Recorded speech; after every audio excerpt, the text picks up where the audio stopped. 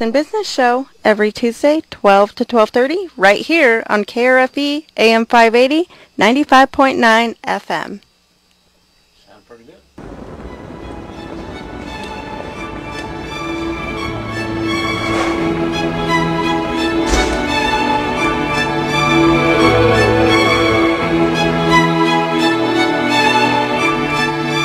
Good afternoon. Welcome to Lubbock's Best in Business Show, where we feature all local businesses around Lubbock and connect our listeners to your business.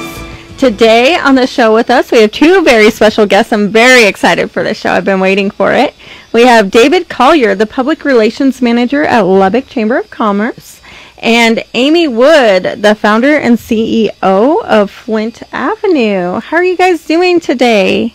Doing good, Bree. Good. Thank you so much for being here. I have been excited about the show. David and I talked a couple weeks ago, and so I've been excited to meet you and start this chamber show and see all the businesses around Lubbock, because I'm still pretty new here, so this is my way of meeting all the small businesses. I think this is a great way to start off. I know a lot of people out there listening probably know Amy and the business that she has here in town, as you mentioned, Flint Avenue Marketing, and for the next half hour, look forward to taking a journey with you on how everything started off for you, a local business owner that came back to town and has been flourishing. It's been an exciting time for you. Yeah, it's been awesome. Lubbock's great, awesome place to build a business. So happy to be here.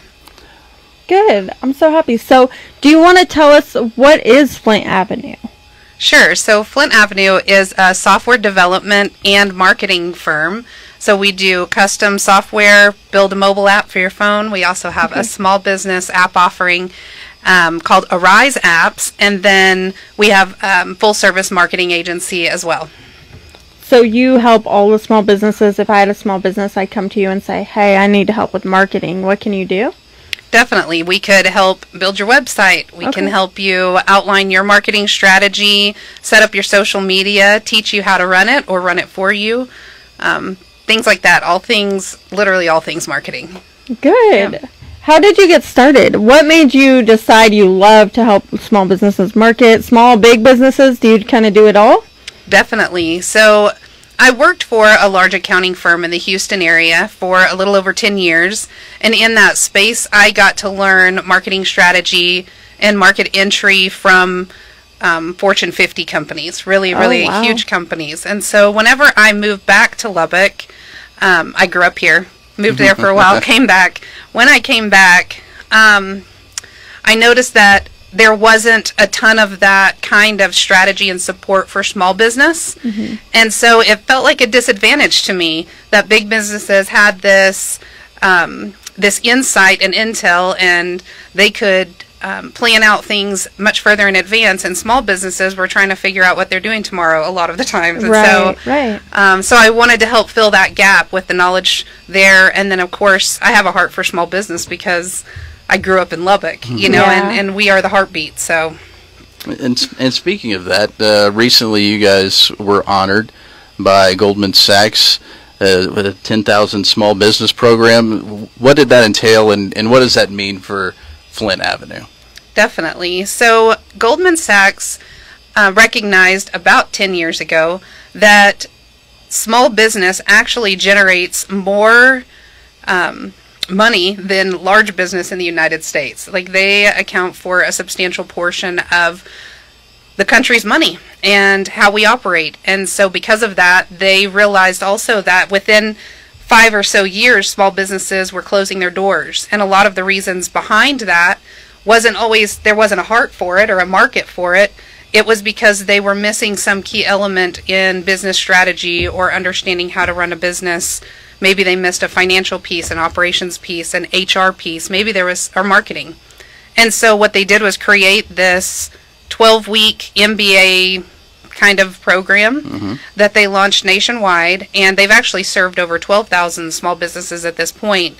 But you apply for it, and if you're accepted, then you work with business advisors from Babson College and from Goldman Sachs over the course of 12 weeks, fully inspecting every aspect of business from every direction. And they bring, I mean, we're talking Goldman, so they bring in consultants that I would never have had access to otherwise. I would never have been able to afford that. And then the final week, they actually flew all of the businesses in my cohort to New York City. We got to do our final week of classwork at the Goldman Sachs headquarters right there, a block off Wall Street, which was just insane. And then we got to graduate the program there, which was really neat. So the benefit that comes from that, for one, I'm bringing this program to Lubbock. I'm the first one here. And so I want every small business in Lubbock to go through this program if they can. They need to apply and they need to try it out, because I've learned so much just about how to run business better, you know, how to make my small business bigger.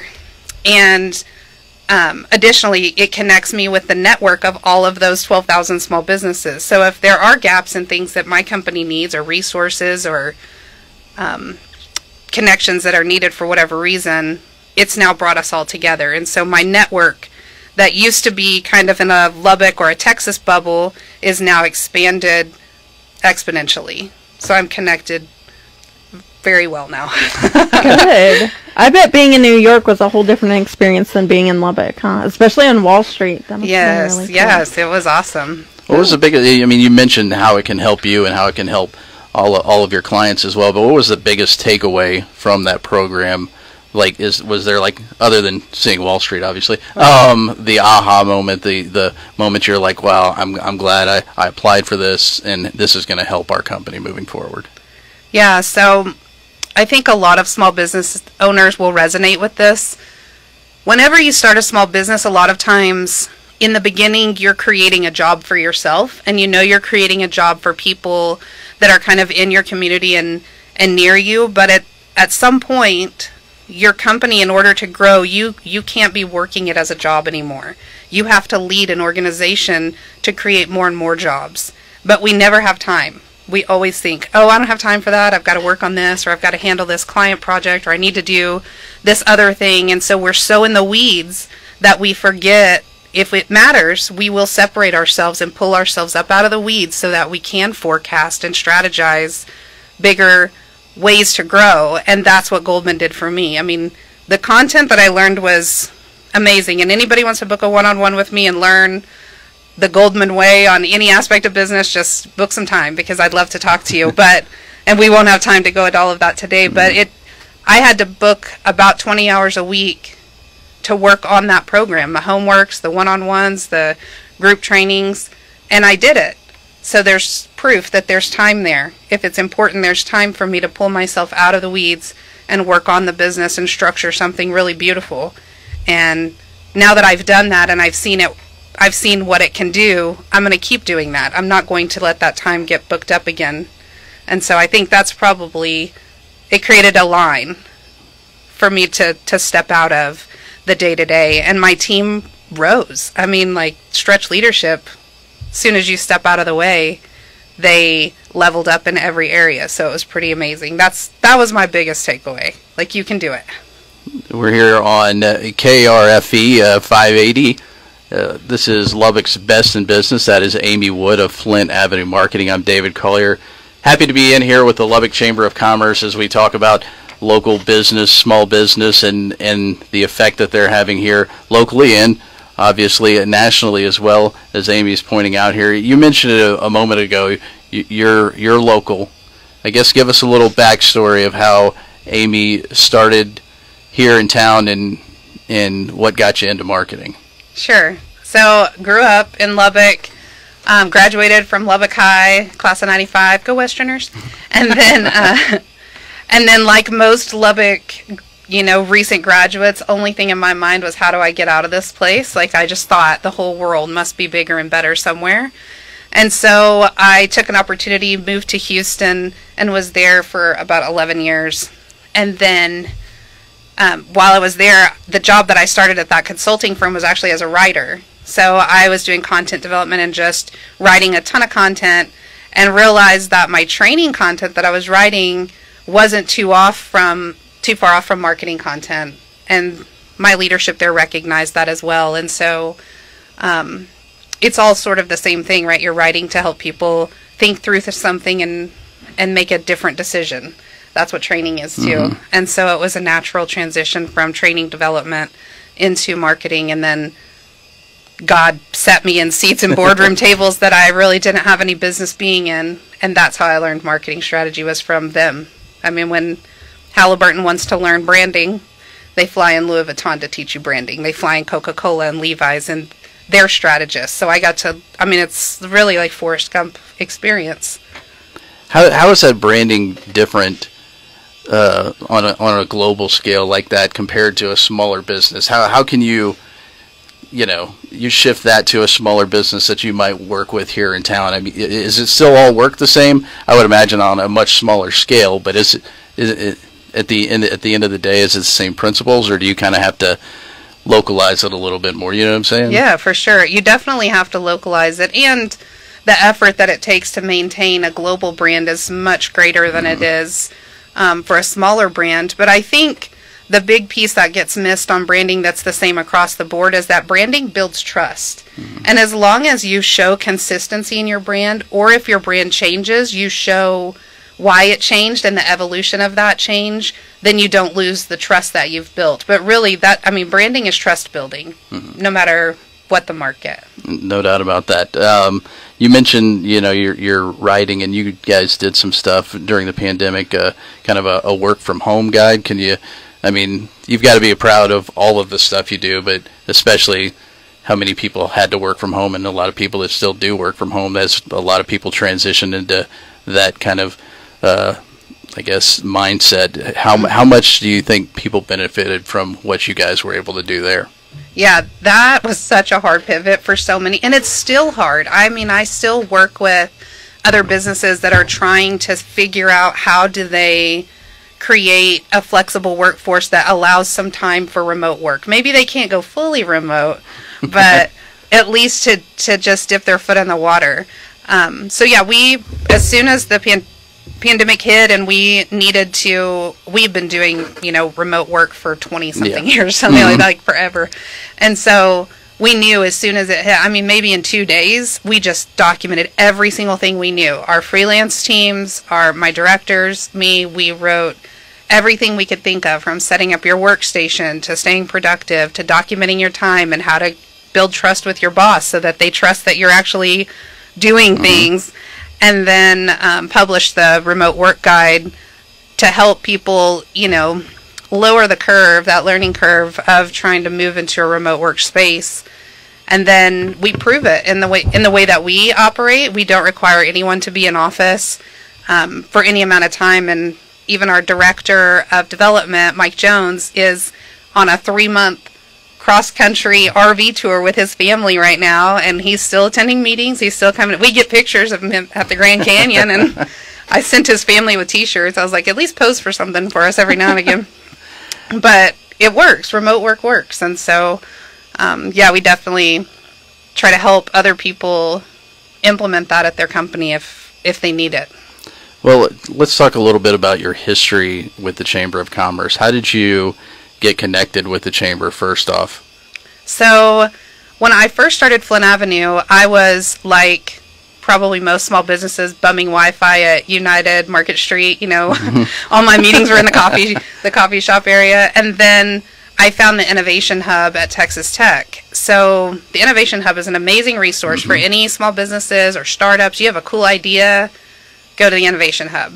But beautiful free Wi-Fi, it's quiet in there, you can host meetings in there, and they have a group called 1 Million Cups that is an entrepreneur society that meets once a month, and we hear startup stories, and then we get to ask questions kind of like about their strategy and what they're doing, and create this like ecosystem of support for startups. I had pitched at 1 Million Cups for Flint Avenue, and in the room was Amy Marquez. And we were talking before. I was like, I don't even know how. The chamber is just what you do. When you start a business, you join the chamber. That's just how you do it.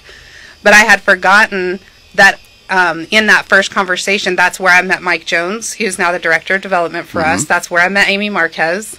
That's where I met Tasha Williams, who's the executive director at the Innovation Hub.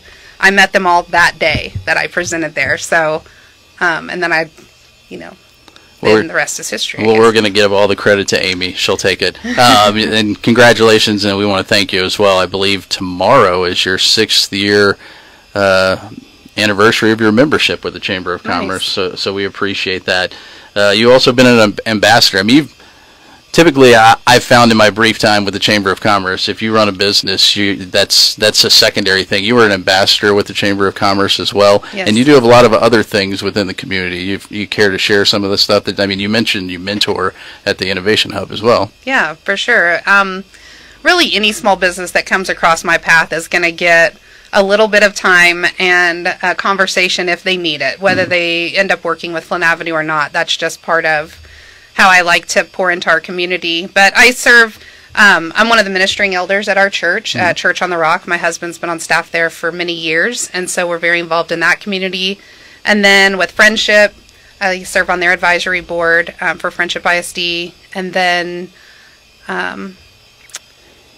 I don't know what else. There's all kinds of things. I'm the vice president for Oilfield Connections International, which is basically a networking group for people who work in oil and energy. That presence hasn't been really strong in Lubbock, even though you're seeing more and more trucks around. Like, I see them everywhere. I'm starting to see energy trucks more and more. So we're trying to just create networking for them to connect. Well, I mean, I always ask people like their favorite, something. I know you really can't go with that, but when we were talking earlier this week, we kind of discussed something that I guess is kind of near and dear to your heart, an app that you guys have been working with. Yeah. So during the pandemic, we started working with a nonprofit out of California called You Matter Not Alone, headed by Donna Quatch. She's a retired Army veteran, and our Director of Development, Mike, he is retired Navy. Okay. And so they met on a veteran board and started talking about building an app to help active service and retired military connect with each other for mental health support. The problem that they were facing is that there's a military veteran committing suicide every 8 seconds. It's pretty dramatic, and when you think about the weight of that and how many, I mean, not just retired, active military as well. And it had been so heavy on her heart to create a platform for them to connect, because a Marine's probably not going to call the suicide hotline. They're just probably not. They're trained not to do that. They're trained to be strong, to be unbreakable, and and because they have this ingrained in them, the only person that we could see them actually reaching out to and having a conversation with would be another Marine who knows, who's been through the ropes. And so we started Battle Buddies. It's an app that is now available in the app stores. You can download it if you have a military ID. You have to have that in order to get in, and it can connect you with somebody else, another brother or sister in arms, to talk and have a conversation. Of course, if you are in a crisis mode, there's a button right there to immediately connect you with crisis help. But sometimes you just need a conversation. And so Battle Buddies is huge on our heart right now. We definitely are seeing more and more people download it and use it. And we encourage anybody listening today, if you are military or have ties to military, even if they are awesome and you think they have no mental need at all, they probably do and aren't telling you. So just tell them about the app, please. I had a chance to visit with a veteran here in town, Jerry Lucero, a couple of weeks ago, and he talked about before he started doing reunions with people from his battalion or whatever, he wouldn't talk about anything, and he didn't remember a lot of stuff because you want to shut a lot of that stuff off. But whenever he started to do those reunions, it all came out, and they were able to talk about it. But he only talked about it really with them. At that point, he remembered all that stuff, and he also remembered some of the fun and the good times, which were few and far between, obviously, during Vietnam. But he didn't have that, that access to an app like that. And I'm sure there are plenty, like you said, even Desert Storm veterans that don't want to talk about it. So I commend you guys for doing your part with that. That's as a military brat, that's much appreciated from me. Well, I guess I hate to ask what's next, but there's got to be something on the plate. What do you envision moving forward for Flint Avenue? I know that's a wide-ranging question, a broad question, but I mean, you've grown a company. I know that you're always looking forward, right? Yeah, for sure. Actually, it's so funny because I was talking to my mom this morning, and I was like, some people, I feel like they're sort of on a track and they know where that track heads, but I'm still of the mindset that I could literally go in any direction. Like, there's so much opportunity, not just for me, but for so many small businesses, like just products they can launch or just different directions that they could go to grow and scale. And so, yeah, the opportunities, like she has like a notebook and where she writes down my new business idea or book title of the week, because I'm constantly coming up with something. But we're launching a new product called Arise Apps. And that particular product is kind of dear to my heart because it does bring big technology to small business. For example, if you were a coffee shop and you're trying to compete with a Starbucks, you kind of need a mobile app right now. Mm-hmm. You've got to have an app where you can offer reward points and loyalty rewards and shoot out push notifications at 7:30, like, come by and get your coffee from here, to draw your customers back in again and again. And to build an app like that, like a Starbucks app, for example, that you'd have to take out a second mortgage to do something like that. Yeah. So we built the Arise Apps platform that we can build a small business app that has all of those same features and functions for less than $5,000 and in less than 30 days. And so we're really stoked about that. That's actually the opportunity that I took through the Goldman Sachs program. And so the launch of that is pretty exciting. So that's probably the next big thing. Good. Well, thank you so much. We have to wrap up here pretty quick because Jim Stewart's Ag Show is coming up next. But thank you. You were a wealth of information for me, and I appreciate you being here. I appreciate you. Sound like you have your hand in everything. Literally, I don't know how you do it. So, David, thank you so much for being here with us today. So, Amy, do you just one more time want to put out all your information for our listeners? Yes, please.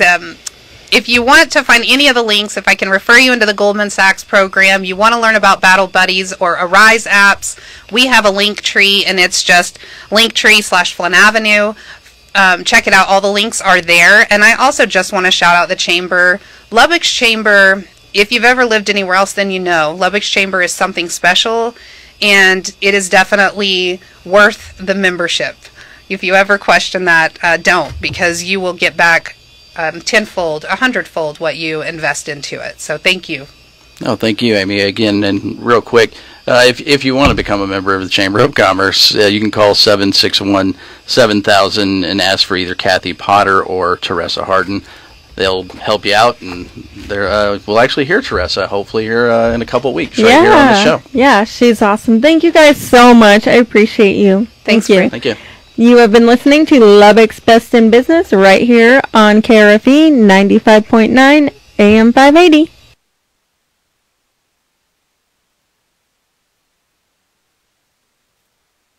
Business heard every Tuesday from 12 to 12:30 right here on KRFE AM 580 95.9.